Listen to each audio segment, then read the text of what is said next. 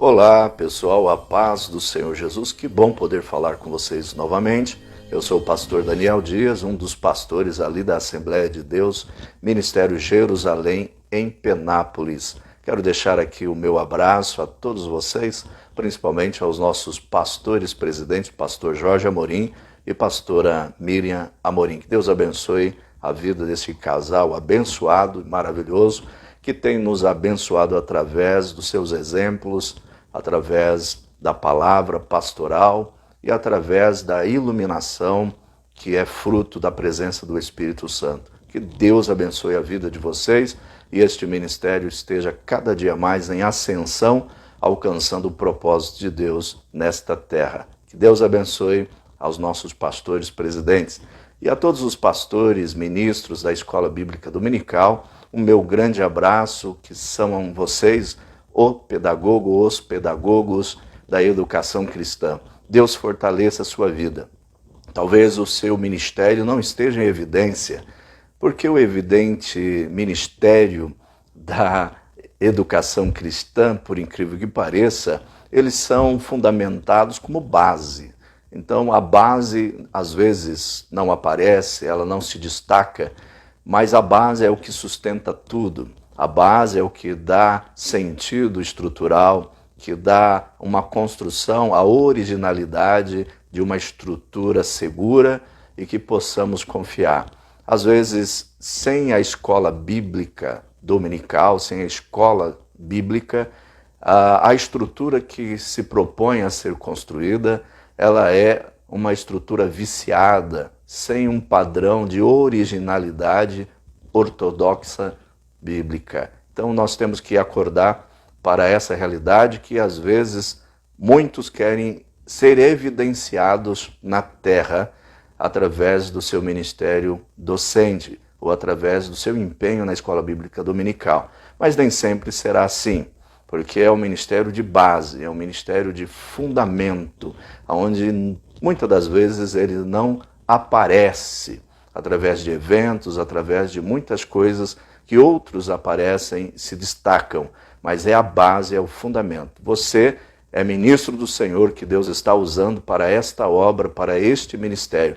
Não desista, Deus é contigo e Ele florescerá no tempo certo esta obra que você está executando. Deus abençoe todos vocês. Meus queridos, nossa lição de hoje, o tema da lição de hoje é a condição dos gentios sem Deus. Uma lição maravilhosa e eu quero que você fique conosco até o final. A lição de número 6. Compartilhe este vídeo com o máximo de pessoas possíveis para que a plataforma, o currículo da Escola Bíblica Dominical alcance o maior número de pessoas e este ministério seja um ministério de abençoar e transformar vidas através do conhecimento da palavra de Deus, da vida que está na palavra e em Jesus, que é a palavra revelada a todos nós. Vamos para o nosso texto áureo, que está em aos Efésios, capítulo 2, no verso 11.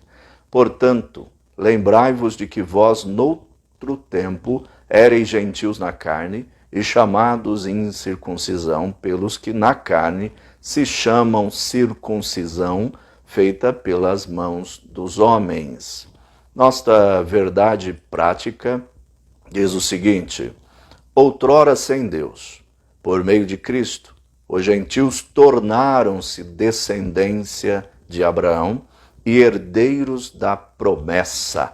Glória a Deus por essa bem-aventurança, por essa bênção, por essa graça de nosso Senhor Jesus Cristo e através de Jesus Cristo, alcançando em forma revelativa a sua ascensão revelativa a toda a humanidade. Que Deus abençoe, que você possa sentir essa graça, sentir este amor, sentir este alcance, que esta graça te encontre onde você estiver. A nossa leitura em classe, o texto bíblico de leitura em classe, está em aos Efésios 2, verso 11 e 12, e aos Romanos, no capítulo 4, do verso 12 ao verso 14.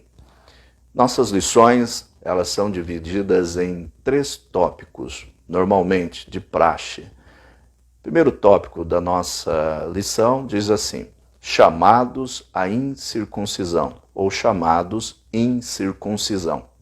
Tópico 2, estranho ao concerto da promessa. Tópico 3, sem esperança, sem Deus. 3 tópicos importantes que vamos de maneira muito sucinta para que você não seja cansado ou fique exausto com tanta informação. Nós não somos aqui conteudista e estamos tentando de uma maneira muito simples, de uma linguagem mais abrangente, que alcance a todas as pessoas possíveis. Aí depois, com material em mão, você possa se dedicar a um estudo mais aprimorado. Mas aqui nós apresentamos quase que uma pré-aula para que você alcance os objetivos mais aprofundados de um estudo pessoal, particular, nessa lição de hoje. Bom, vamos trabalhar um pouquinho o texto que nós lemos aqui anteriormente e também aqueles que nós não lemos, mas citamos na lição e da leitura em classe. Verso de número 11 do capítulo 2 de aos Efésios. Portanto, lembrai-vos de que vós, noutro tempo, éreis gentios na carne, chamados incircuncisão, pelos que na carne se chamam circuncisão, feita pela mão dos homens. Carne. A palavra carne aqui precisamente fala expressamente de descendência. Ascendência, descendência. Então a carne aqui é expressamente dedicada a uma orientação de que os gentios na carne, em sua descendência, chamados incircuncisão.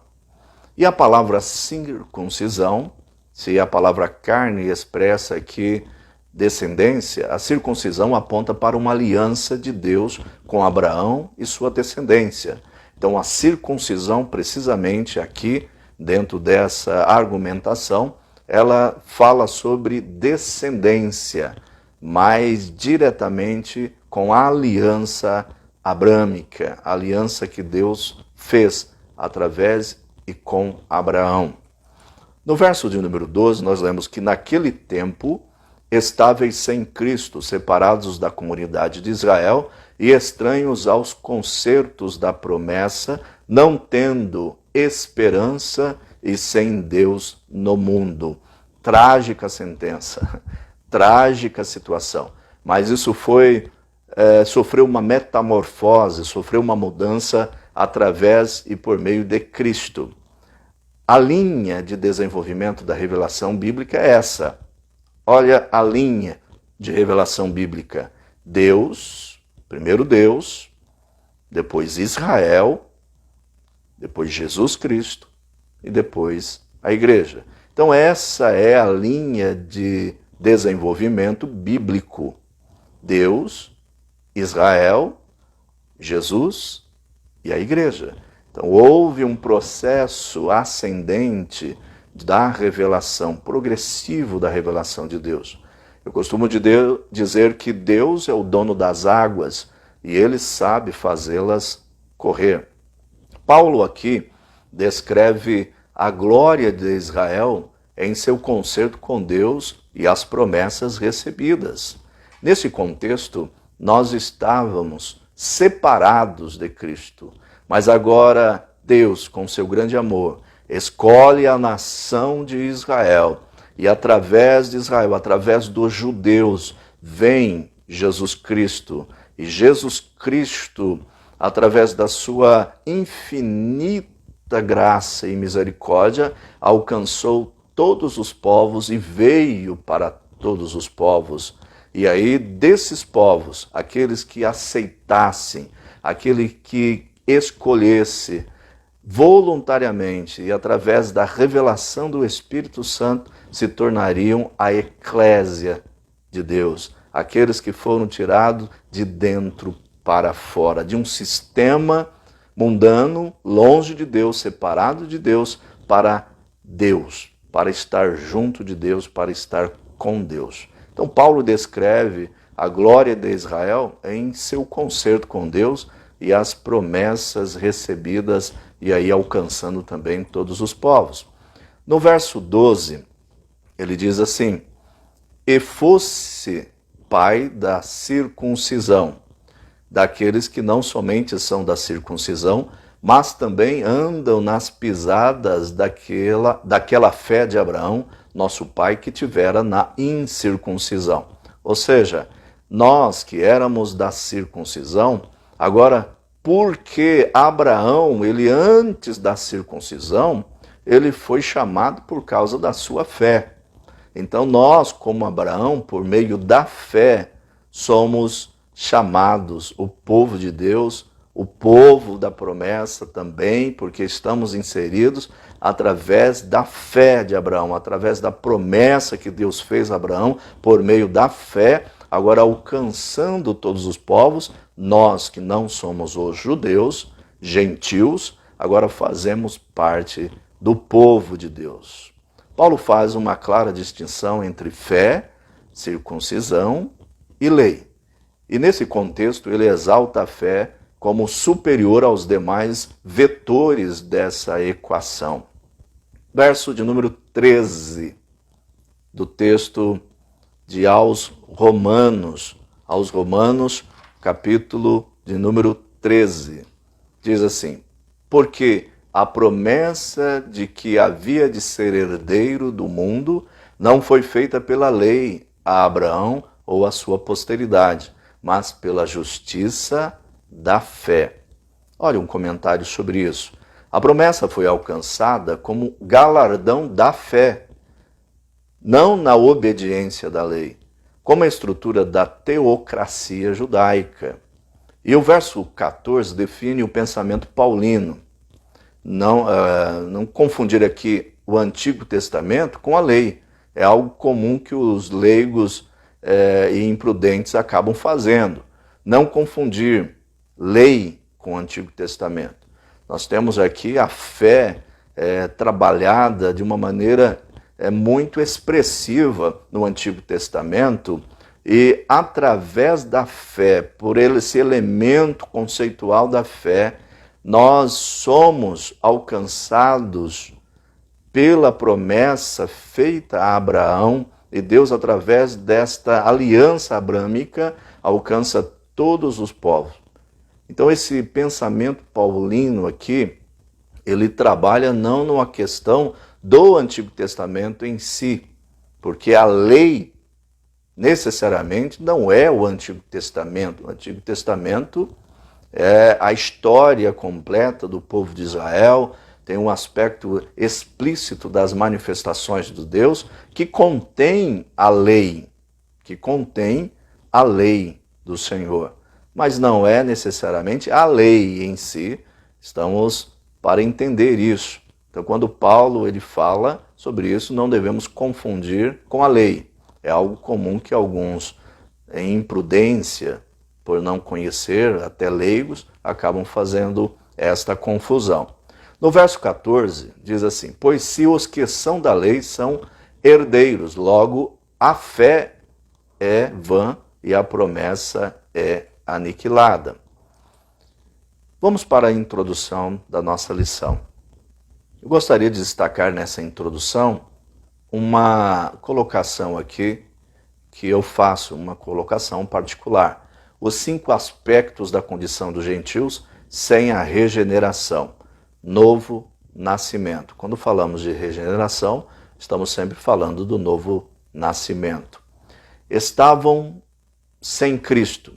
Um dos aspectos da condição dos gentios é que estavam sem Cristo.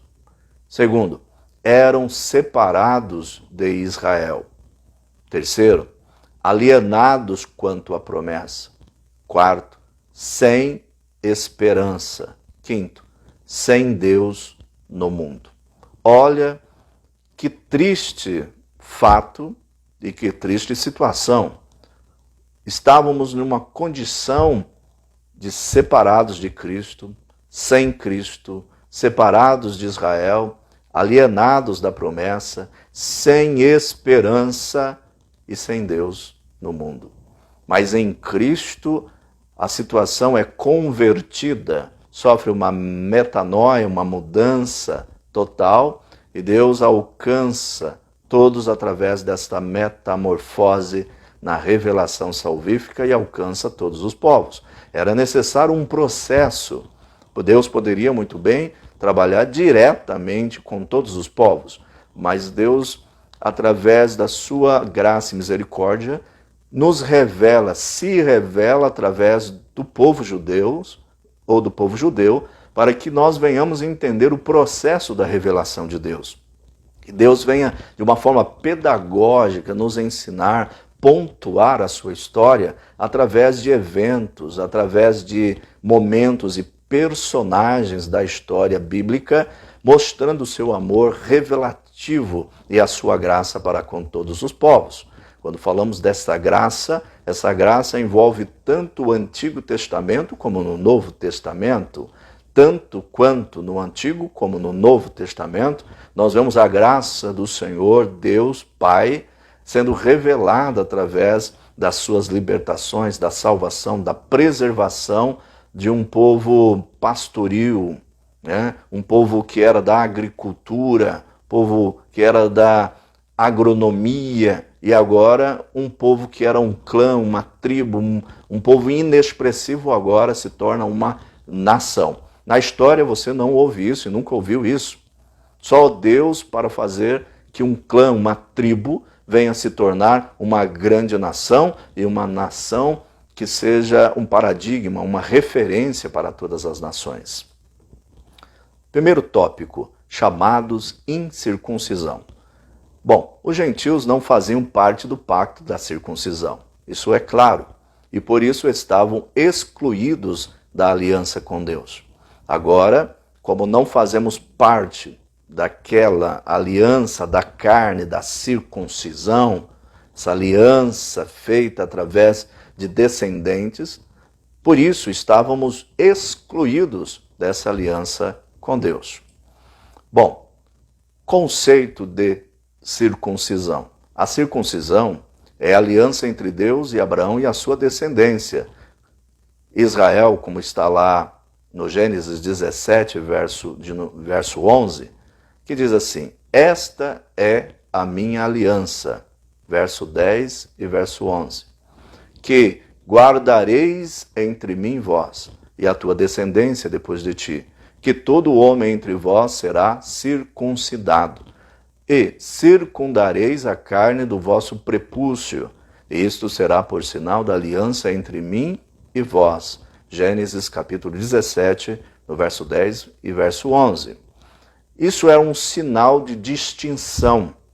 Deus, através deste mandamento, dessa ordem, ele estabelece uma distinção, propriedade e exclusividade do povo de Deus. Então nós não podemos, irmãos, criar um espírito antisionista, antissemita, porque Deus tem um carinho muito especial pela nação de Israel, pelo povo judeu, porque esse povo foi o povo escolhido, é a propriedade exclusiva de Deus. Há também a questão aqui do 8º dia. Nós sabemos muito bem que aqui há implicações sanitárias. Nós sabemos que hoje, nós sabemos através da ciência molecular, da ciência por causa do estudo da nanomolecular, das células, que a criança, o ser humano, ele desenvolve as suas imunidades até o 8º dia. Então, veja bem como Deus trata aqui de uma forma, na época, talvez não era tão bem compreendido cientificamente, de fato, mas hoje nós compreendemos o carinho, o cuidado de Deus para com a nação de Israel, para que a criança, quando estivesse ali com a sua imunidade mais fortalecida, pudesse passar por um processo, na época, um processo muito delicado, que não temos e não tinha, no caso, as condições tecnológicas, científicas e conhecimento da ciência como temos hoje. Então era complicado fazer uma incisão, um corte ali, para que não houvesse infecções. Bom, com a própria multiplicação de Israel e a sua transformação de clã em nação, era necessário haver esta distinção, haver esta marca, haver essa aliança visível, clara. Então nós vemos, este é o conceito da circuncisão. 2. O significado religioso da circuncisão.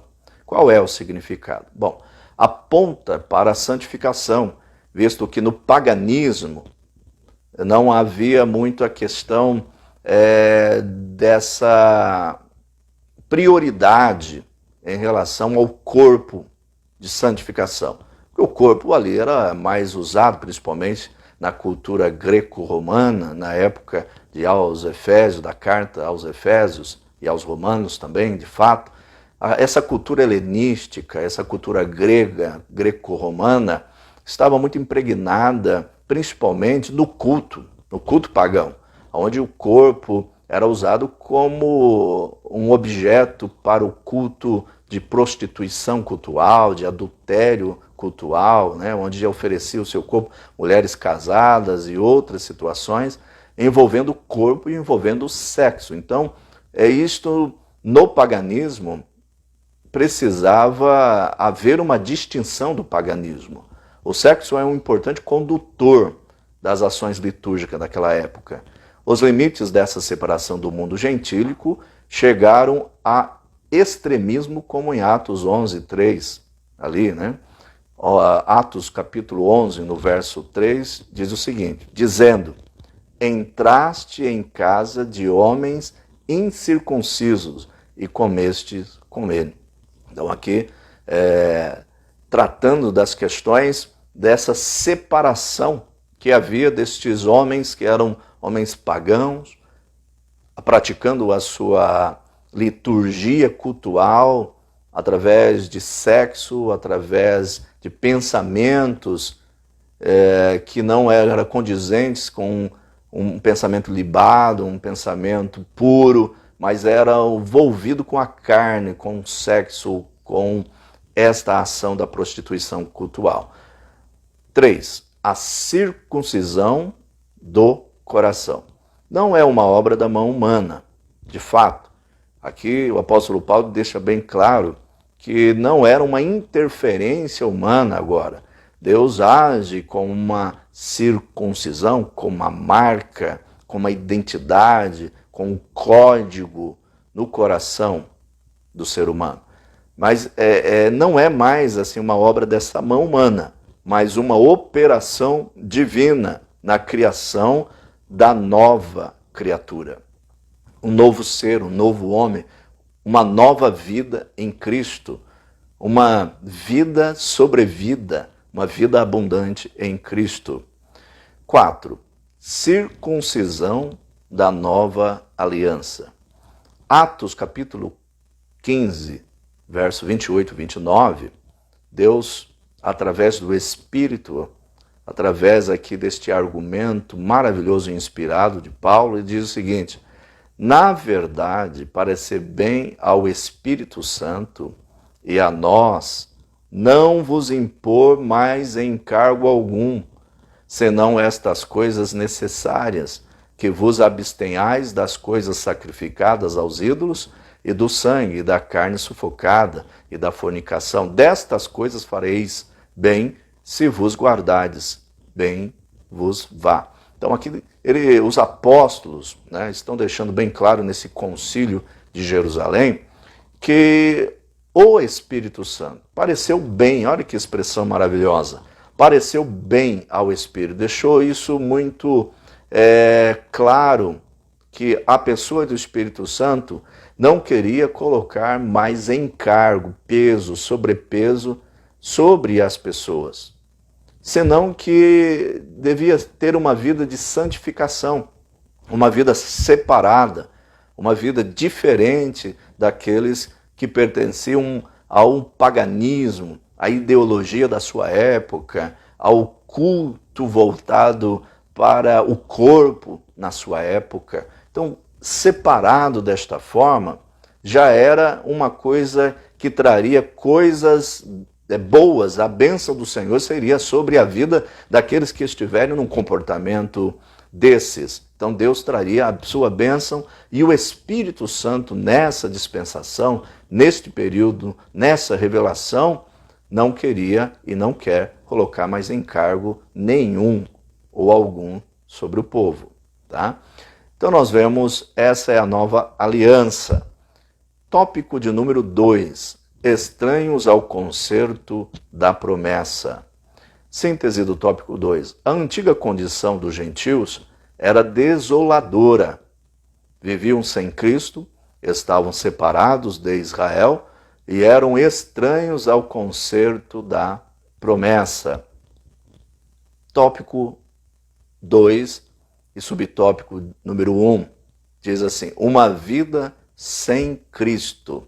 Naquele tempo, ou no outro tempo, os não convertidos de hoje e pagãos de ontem vivem ou viviam espiritualmente ao acaso, o que demonstra que a salvação, além de obra da graça, foi literalmente um resgate. Então, naquele tempo, como hoje também, as pessoas vivem ao acaso do relativismo, do pragmatismo, sem uma importância de moral espiritual, de moral absoluta, algo que rege os seus sentidos, rege a sua psique, a sua conduta.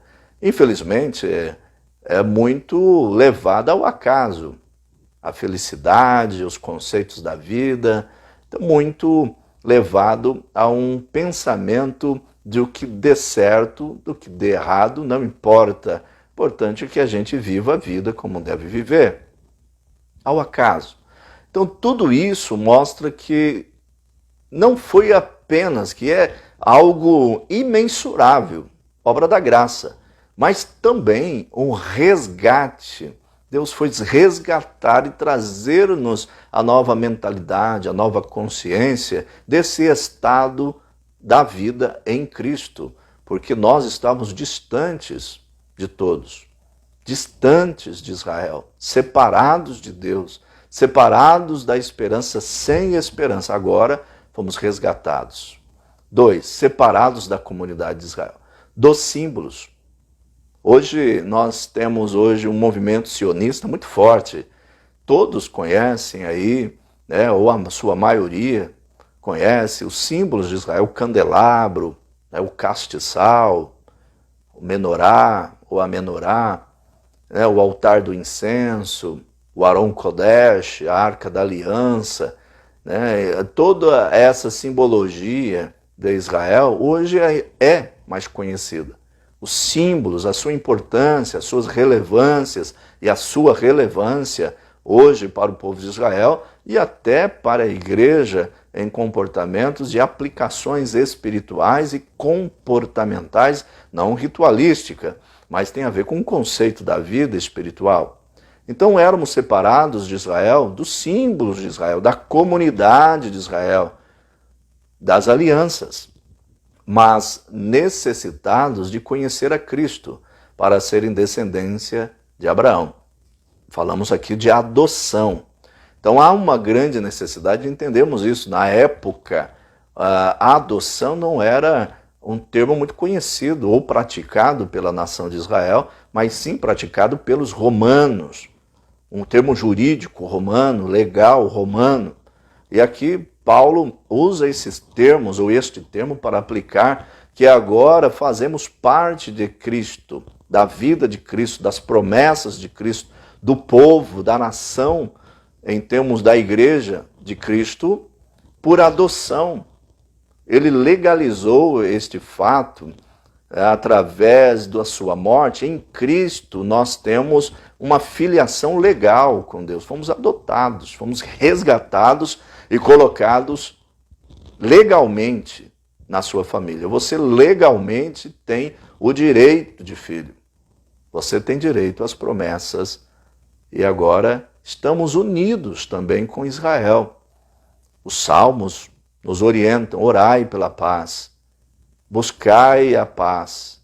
Estai vendo, buscai a paz de Jerusalém, olhem para Jerusalém, olhem para os seus profetas. Então nós estamos sempre sendo atraídos, magnetizados para a nação de Israel.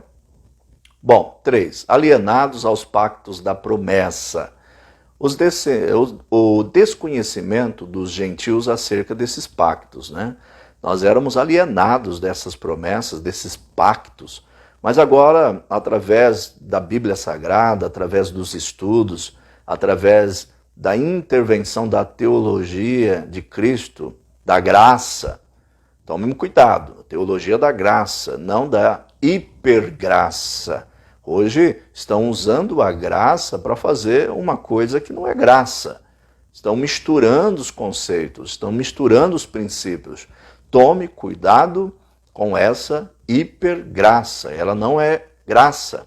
Estão formando um monte, né, vamos dizer assim, uma quantidade expressiva da síndrome de Peter Pan, ou de Peter Pan, a síndrome dos meninos, a síndrome daqueles que acham que tem que ser assim, que tem que viver desta forma, que tem que usar desta forma.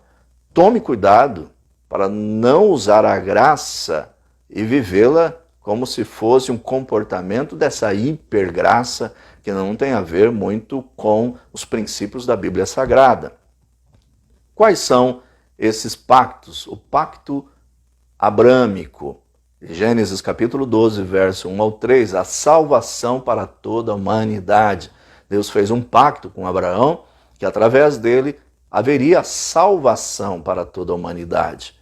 Ele diz lá no verso de número 1, ora, o Senhor disse a Abraão, sai da tua terra, da tua parentela e da casa de teu pai para a terra que eu te mostrarei, e far-te-ei uma grande nação, e abençoar-te-ei, engrandecerei o teu nome, e tu serás uma bênção. Abençoarei os que te abençoarem, amaldiçoarei os que te amaldiçoarem, e em ti serão benditas todas as famílias da terra. A bênção do pacto abrâmico é a bênção para todos os povos. O pacto mosaico foi a provisão divina sobre os descendentes de Moisés, os descendentes dessa provisão de Deus. Deus ia provisionar a bênção divina sobre toda a descendência de Israel.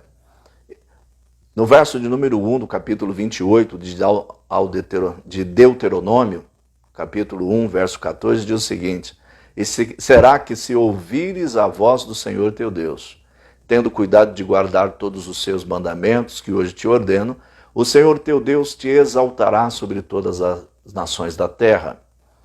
E todas estas bênçãos virão sobre ti e te alcançarão quando ouvires a voz do Senhor teu Deus. Verso 3. Bendito serás na cidade e bendito serás no campo. Bendito o fruto do teu ventre, bendito o fruto da tua terra, e o fruto dos teus animais, e as crias das tuas vacas e das tuas ovelhas. Vejam bem que Deus aqui traz a provisão divina sobre a descendência de Moisés, da tribo de Judá, sobre as tribos, que Deus abençoaria e Deus escolheria e o remanescente e guardaria esse remanescente. Quais são eles? Aqueles que teriam cuidado de guardar os seus mandamentos que ele estava ordenando. E aí o Senhor iria exaltar sobre todas as nações da terra e provisionando para que eles fossem bem-aventurados, avrahá, as bênçãos do Senhor, suas vrahotes sobre o povo de Israel. O pacto davídico, a promessa de Deus sobre o trono eterno de Cristo. Este edificaria uma casa em seu nome e confirmaria o trono do seu reino para sempre. Ele diz, eu lhe darei por pai e ele me será por filho. E se vier a transgredir, castigá-lo-ei com vara de homens e com açoite de filhos de homens. mas a minha benignidade não se apartará dele, como a tirei de Saul, a quem tirei de diante de ti. Porém a tua casa e o teu reino serão firmados para sempre diante de ti. Teu trono será firme para sempre. Olha o concerto, a promessa de Deus para os descendentes de Davi. Nós sabemos que, como está aí em 2 Samuel, em segundo livro de Samuel, capítulo 7, verso 13 ao 16, você percebe que esse trono é o trono de Deus. Claro que na época nós estamos falando da teocracia, onde Deus escolhia o seu representante na terra e ele ali governaria dentro das leis de Deus, dentro da orientação de Deus. Então, podemos dizer que seria o trono de Deus ali na terra. Hoje não é diferente. Hoje Deus, Jesus, o Deus Filho, está sentado à destra de Deus, um trono eterno, onde para os terráqueos será visível no milênio e depois conceituando isso através dessa historicidade, desse fato, onde Cristo reinará com todos, com o seu povo. Isso é glorioso. Então é dever da igreja superar barreiras e anunciar a promessa da salvação por intermédio do Messias. Então agora Cristo, ele é este ponto de equação onde une todos os povos, onde une todas as raças, onde agora é uma fusão de todos os povos em Cristo, distinguindo as suas características processuais, onde Deus escolheu para que o processo da ascensão revelativa fosse acontecendo até alcançar a igreja, até alcançar o povo, aquele povo que não faz parte da circuncisão, mas agora por meio da fé. A fé que Abraão teve, a mesma fé, esta fé ela se tornou um paradigma, um exemplo, e agora por essa fé nós também fomos alcançados e agora fazemos parte deste povo, dessa aliança, deste concerto. Terceiro, vamos caminhando agora para o final da nossa lição. Tópico de número 3, sem esperança e sem Deus. A síntese desse tópico 3. A antiga condição dos gentios era lamentável. Desprovidos de esperança e sem Deus na vida, caminhavam a passos largos para a perdição e ao inferno. Essa era a condição. Primeiro, estavam desprovidos de esperança. Esperança que fala de confiança nas promessas, que os gentios não têm. Então estão aqueles que não estão em Cristo, são os ímpios, que não fazem parte do povo de Deus, são ainda gentios, são ainda povo que desconhece a promessa de Deus para a igreja, estão sem esperança, porque não têm confiança nas promessas que os gentios não têm. Questão acerca da vida futura, por exemplo, assim como hoje, também transtornaram a alma desprovida de revelação. Naquela época, as questões eram muito fortes em relação à ressurreição, o ressurgir, ressuscitar, né? Hoje temos o conceito da reencarnação. Havia naquela época um pensamento forte também de reencarnação, por não entender o mistério revelado e a promessa da vida futura por meio da ressurreição. O ato da individualidade, de ressurgir, você ressurgir à vida, voltar à vida, mas uma vida eterna, uma vida celeste, uma vida vindoura. Não retornar e reencarnar numa outra vida, de maneira nenhuma. Então, na época existia esse conceito forte, e aqui em Atos capítulo 17, no verso 18, diz assim: e alguns dos filósofos epicureus e estoicos contendiam com ele, e uns diziam: que quer dizer este paroleiro? E outros parece que é pregador de deuses estranhos, porque eles anunciavam Jesus e a ressurreição. É interessante porque este era um movimento mais expressivo dentro da filosofia da época. Os filósofos da época, né, epicureus e os estoicos, levando essa conceituação do corpo, né, da carne, da matéria. Para uns, a carne, a matéria, ela era desprezível, tinha que ser destruída, tinha que ser aniquilada. Para outros, havia o processo da revelação desta carne, onde ela se tornaria um processo de muitas vidas, de reencarnações, de demonstrações em outras vidas, né? Então, havia um conceito aí de até entendermos a reencarnação no conceito da época. Era muito comum esse pensamento, mas não era o que condizia com o ensino de Cristo e dos apóstolos e a verdadeira temática bíblica sobre ressurreição. Nós cremos na ressurreição, que Deus ressuscitará a todos que estão em Cristo. Ressuscitará. Depois que este corpo sucumbir, este corpo vier à morte, pararemos ali ou paremos de respirar, de viver essa vida terrena, Deus nos dará a vida e ressuscitará este corpo físico, biológico, químico, mortal, para que ele esteja numa condição para viver a eternidade. Um corpo que será um corpo para viver o infinito, a infinitude da vida. Este Deus nos ressuscitará. Claro, quando nós tratamos aqui do arrebatamento, da parousia de Cristo, aqueles que estiverem vivos serão transformados. Por que não dizer que haverá ali uma súbita morte e ressurreição? Né? Num estalar de dedo, num piscar de olhos, haverá uma morte e uma ressurreição daqueles que estão vivos, um transformar, um trasladar da vida terrena, da vida química, biológica, para uma vida que está pronta, de um corpo que está pronto para viver a eternidade, nas condições necessárias para viver essa eternidade. Então nós vemos que existe o ensinamento da ressurreição, mas muitos estão desprovidos dessa revelação. E só essa esperança no coração do salvo, dos filhos de Deus, pode trazer paz, pode trazer uma visão diferenciada do mundo em que está vivendo e das coisas em que estão vendo e dialogando e pensando. Mudará também a forma de ver e pensar as coisas.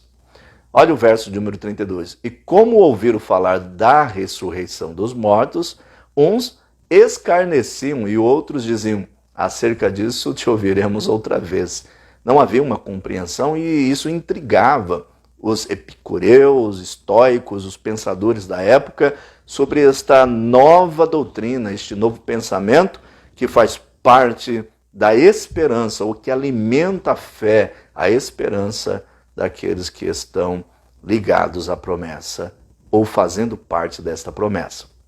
A própria necessidade de salvação é ignorada por muitos, apegando-se a tradições e liturgias desconexas de Israel, gerando ignorância quanto ao futuro dos salvos. Então nós temos que entender, irmãos, a Bíblia como um todo. O Evangelho, as boas novas, não só no Novo Testamento, mas em toda a Bíblia. E Israel faz parte dessa história, é essa história. A igreja é essa história. Estamos inseridos em todo o relato, todo o descrever narrativo desta história bíblica. Israel, a nação, nós temos que entender essa história. Por isso, a importância da escola bíblica dominical, a importância do aplicar-nos ao devocional, ao estudo bíblico, para que possamos crescer e nos aprimorar nessa consciência e não nos tornarmos pessoas leigas, desprovidas de conhecimento e destruindo, através do desconhecimento e ignorância, as doutrinas bíblicas, as doutrinas fundamentadas e verdadeiras. Tome cuidado com estas falácias que existem por aí, porque muitos estão apenas repetindo aquilo que não entendem, aquilo que não estudaram, aquilo que não pesquisaram, aquilo que não experienciaram. Tome cuidado com este tipo de argumento. Confie naquele que transpire, aquele que se desgaste no estudo e na aplicação da palavra de Deus e nas suas doutrinas. E não fuja. Seja como alguns personagens da palavra de Deus, como os bereanos. Lembra que Paulo disse que eles, ouvindo Paulo, foram às Escrituras e foram ali pesquisar, foram ali fazer a sua exegese, foram ali garimpar o texto para ver se realmente aquilo que estava Paulo a pronunciar era de fato o que estava escrito. Assim temos que ter, mas para isso precisamos ter o conhecimento, a aptidão, o desejo de buscar e entender que Deus tem um futuro maravilhoso com toda a igreja que está ligada ao povo de Israel, que está ligado ao povo judeu, à história. Todas as tradições, a liturgia, estão todas ligadas, porque elas são revelativas. Elas nos mostram de uma forma descritiva o processo revelativo. E por isso estão ligadas com o futuro, com a salvação de todos aqueles que estão em Cristo. 2. Sem Deus no mundo. Os gentios estão sem Deus no sentido de que sua ignorância espiritual impede de nascer de novo. Isso não implica rejeição completa ou impossibilidade de salvação.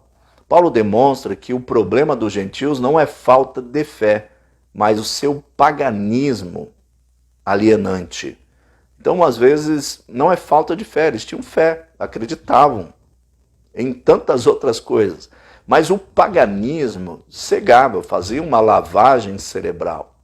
Eu fico muito preocupado hoje com formas litúrgicas que vão surgindo, que vão criando aí uma pseudo-sensação salvífica, onde as pessoas, através da sua ignorância, vão crescendo achando que estão acima de tudo. E acima de todos, sou salvo.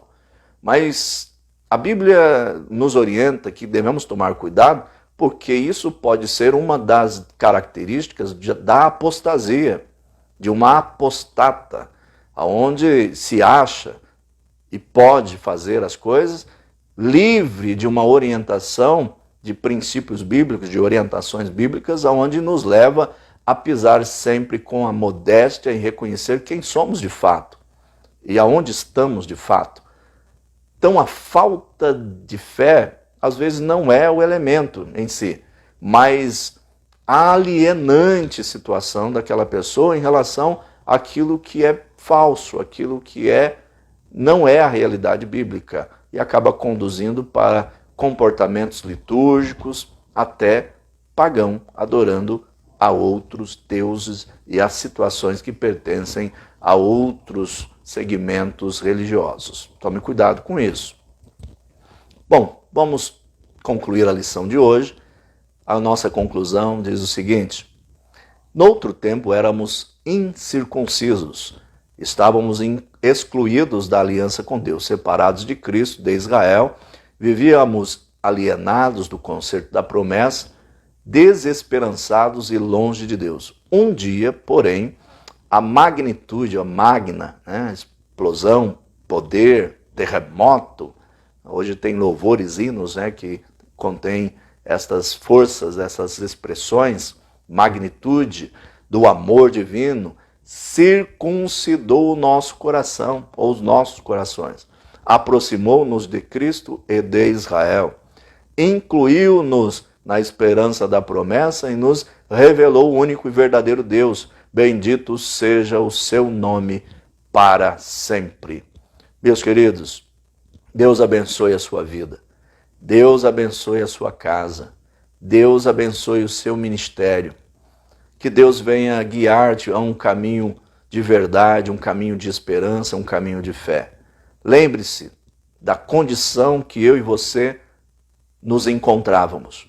Sem Deus, éramos gentios, era um povo alienado, um povo distante, mas agora unindo-nos à promessa, fazendo-nos uma promessa através do seu Filho, agora entramos no patamar de família de Cristo. Alegre o seu coração.